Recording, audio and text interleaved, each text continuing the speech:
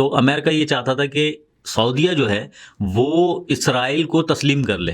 Hamas نے 5,000 missile داغے پانی کے جہاز میں بھر کر، کشتیوں میں اور پانی کے جہاز میں بھر کر یہ آئے تھے اور انہوں نے فلسطین میں پناہ مانگی تھی. سعودیہ، اسرائیل اور یہ سب انوالو تھے کہ یہ ٹریڈ کرنے جا رہے تھے. السلام علیکم ناظرین، میرا نام ہے ظفر علی وارثی اور آپ دیکھ رہے ہیں ظفر علی وارثی یوٹیوب چینل. آج کا ٹاپک انتہائی سنجیدہ ٹاپک ہے اور جیسا کہ آپ کو معلوم ہے کہ اس ٹائم پر فلسطین اور اسرائیل کی شدید جنگ شروع ہو چکی ہے، جس سے پورے دنیا کے خطے میں اس ٹائم پر افراتفری ہے اور دیکھا یہ جا رہا ہے کہ کون سا ملک کس کے ساتھ ہے، کون کس کو سپورٹ کر رہا ہے. آپ جانتے ہیں کہ فلسطین ظلم اور بربریت کو سہتے ہوئے فلسطین کو یہ 1946-47 سے یہ معاملہ چل رہا ہے کہ فلسطینیوں کے ساتھ کس طرح سے ظلم ہو رہا ہے. لیکن آپ یہ دیکھیں کہ حماس نے ایک ایسی کارروائی کی جس سے پورے اسرائیل کو ہلا کے رکھ دیا. حماس نے 5,000 میزائل داغے، ان کے 700 سے زیادہ فوجی اور کچھ وہاں کے ویسے جو یہودی ہیں انہوں نے ہلاک کیا اور اس کے ساتھ پیراشوٹ سے اترے وہاں.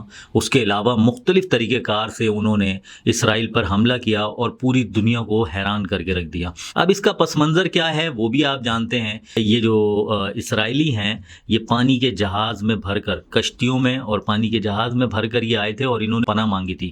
جب ہٹلر نے انہیں مارا تھا اور ان کی نسل کشی کی تھی تو انہوں نے آ کے پناہ مانگی تھی اور ان کی کشتیوں پہ لکھا ہوتا کہ ہمارے پاس آخری سہارا آپ ہیں، اور انہوں نے پناہ مانگی اور یہ وہاں داخل ہوئے. وہاں آئے اور آنے کے بعد آج آپ دیکھ لیں کہ انہوں نے غزہ کے ساتھ کیا کیا، انہوں نے فلسطینیوں کے ساتھ کیا کیا. پوری زمین انہوں نے ہتھیا لی اور ان کے پاس صرف ایک غزہ کا ٹکڑا چھوٹا سا رہ گیا، باقی پوری زمین پہ قابض ہو گئے. جیسے میں آپ کو یہ نقشہ دکھا رہا ہوں، آپ دیکھیں کس طریقے سے اسرائیل نے فلسطین پہلے کہاں تھا آپ یہ دیکھ لیں، اور اس کے بعد آپ کو میں دوسرا نقشہ دکھا رہا ہوں. آپ یہ دیکھیں کہ اسرائیل نے کس طریقے سے اسرائیل قابض ہوا. اس نے معصوم لوگوں کو مارا اور بچوں کو اس نے شہید کیا اور یہ پوری زمین کو ہتھیاتا چلا گیا اور آج یہ قابض ہے. اس نے مسجد اقصی پہ قبضہ کیا، اس نے وہاں لوگوں کو نکال کر، مسلمانوں کو وہاں سے نکال کر مارا اور کاٹا، اور نہ عزت کا خیال کیا خواتین کی اور نہ ہی اس نے کسی کی جان و مال کا کوئی احترام کیا. اچھا، اس میں سب سے بڑی بات آپ کو یہ سمجھنا ہے کہ یہ وقت کتنا اہم ہے. یہ حماس نے حملہ اس ٹائم ہی حماس نے کیوں کیا اور حماس کے پاس اتنی بڑی تعداد میں میزائل کیسے آئے، اس کے لیے تھوڑا سا آپ کو پس منظر میں بتانا چاہتا ہوں. ابھی سعودیہ کا امریکہ کے ساتھ جو ہے کچھ نئے معاہدے اور چیزیں ہونے جا رہی تھیں. جو سب سے اہم بات ہے وہ یہ تھی کہ یہ ایک کوریڈور کا آغاز کرنے جا رہے تھے انڈیا کے ساتھ مل کر. انڈیا اس میں شامل تھا، سعودیہ اس میں شامل تھا، اس میں اسرائیل شامل تھا اور امریکہ اور اس کے ساتھ کچھ اور کنٹریز ہیں جو شامل تھے. انہوں نے وہاں سے جو کوریڈور کا آغاز کرنا تھا وہاں سے انہوں نے انڈیا سے ہوتے ہوئے سعودیہ، اسرائیل اور یہ سب انوالو تھے کہ یہ ٹریڈ کرنے جا رہے تھے. تو امریکہ یہ چاہتا تھا کہ سعودیہ جو ہے وہ اسرائیل کو تسلیم کر لے، اور شاید ایسا کچھ ممکن بھی نظر آ رہا تھا آگے کہ شاید ایسا ہو جاتا.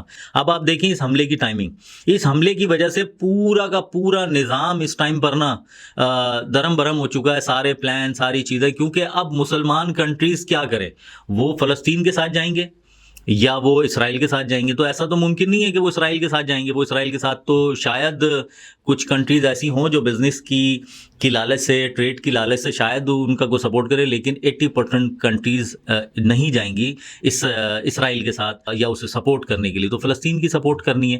تو اس لیے اس حملے نے ان کے سارے پلان کو نا تباہ کر دیا. اسرائیل کے اور امریکہ کا یہ جو پلان تھا اس کو تباہ و برباد کر دیا. اب کہتے یہ ہے کہ 5,000 میزائل کیسے آ گئے ان کے پاس. ایک چھوٹا سا ان کے پاس ٹکڑا ہے غزہ کا اور وہاں پر یہ 5,000 میزائل آ گئے. دیکھیں 5,000 میزائل تو ہے کسی نہ کسی مسلمان کنٹری نے ہی، مسلم کنٹری نے ہی دیے ہوں گے نا.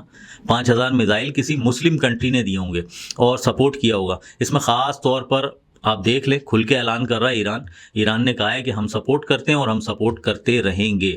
اس کے ساتھ ترکیہ یہ بہت بڑا سپورٹر ہے غزہ کا، فلسطین کا، اور ہونا بھی چاہیے. حماس نے جو یہ اٹیک کیا یہ کامیاب کیسے ہو گیا؟ دیکھیں اسرائیل کے پاس آئرن ڈوم نامی ایک ٹیکنالوجی ہے. ہوتا کیا ہے کہ جب کوئی میزائل فائر کرتا ہے حماس یا فلسطین سے یا غزہ سے آتا ہے یا کہیں اور سے، لبنان بھی فائر کر کر رہا ہے اس ٹائم پر, لبنان بھی اسرائیل پہ فائر شروع کر چکا ہے. اچھا وہ کیا کرتی ہے اس کی ٹیکنالوجی, ان کا میزائل فوراً جاتا ہے, وہ ٹیکنالوجی ڈیٹیکٹ کر لیتی ہے کہ میزائل فائر ہوا ہے, تو ادھر سے اسرائیل کا میزائل جاتا ہے اور جا کر اوپر ہی اس میزائل کو تباہ کر دیتا ہے, اور وہ نقصان سے اسرائیلی بچ جاتے تھے. اچھا اس دفعہ حماس نے بہت ہی پلان کے ساتھ یہ حملہ کیا اور 5000 میزائل داغے. اچھا 5000 میزائل داغنے کے بعد کوئی بھی ٹیکنالوجی نا کام نہیں کر سکتی. 4 5 10 100 150 200 500 میزائل کو تو یہ آئرن ڈوم نامی ٹیکنالوجی اس سے بچا سکتی تھی ان حملوں سے, لیکن اتنی بڑی تعداد میں جو میزائل فائر ہوئے ان کی وہ ٹیکنالوجی پوری دھرم بھرم ہو گئی, اور اس کے بعد ان کے حملے کامیاب ہوئے. انہوں نے تقریباً کافی بڑے ایریا کو کنٹرول میں لیا ہے, اور یہ اصل ایریا ہے ہی فلسطین کا. تو یہ تھوڑا سا اس کا ایک پس منظر تھا, میں نے سوچا آپ کو بتاؤں. ابھی اس ٹائم پر ایران سپورٹ کر رہا ہے اور سعودیہ کو بھی کرنی پڑے گی. اچھا سعودیہ کیوں تسلیم کرنے جا رہا تھا اسرائیل کو, یہ بات بھی بہت سمجھنے والی ہے. سعودیہ کو ایسا لگتا تھا کہ آنے والے مستقبل میں ایران جو ہے وہ سعودیہ پہ حملہ کر سکتا ہے, ایران سعودیہ پہ حملہ کر سکتا ہے, اور اس کے لیے سعودیہ کے پاس اتنی بڑی فوجی طاقت نہیں ہے کہ وہ ایران سے لڑ سکے. تو وہ امریکہ کے ساتھ اور اسرائیل کے ساتھ اس طرح کا اتحاد بنانے کی کوشش کر رہا تھا, یا وہ ایکسیپٹ کر لیتا اسرائیل کو کہ اس سے انہیں سپورٹ ملتی سعودیہ کو, اور وہ ایران سے سیف رہتا.